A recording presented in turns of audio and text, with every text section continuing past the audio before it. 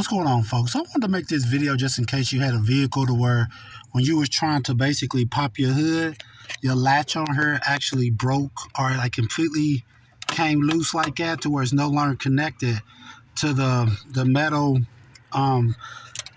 line basically that goes to the front of your vehicle to pop your hood. So if this happens, what you'll have to do is, if you see right here what I'm touching, this is actually the metal line that actually goes all the way up to the front that pops your hood on your vehicle from your handle right here that you will be pulling out. So if that was to happen, what you have to do pretty much is kind of come back. I had to pull down on this piece of siding right here.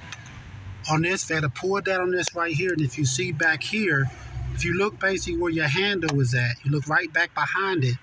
Like if you can see right here, it's kind of dark back here. Yeah, if you see right here, that's the actual metal line that goes up to the front that will pop your hood on the vehicle.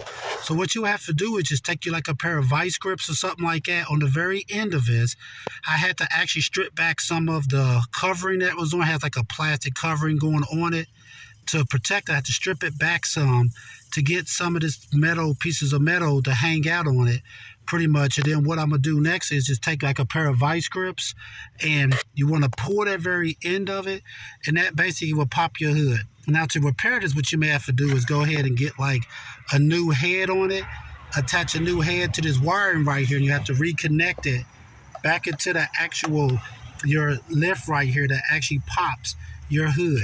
So what I'm doing is right now is I'm going to take a pair of vice grips, grab onto some of these little metal pieces.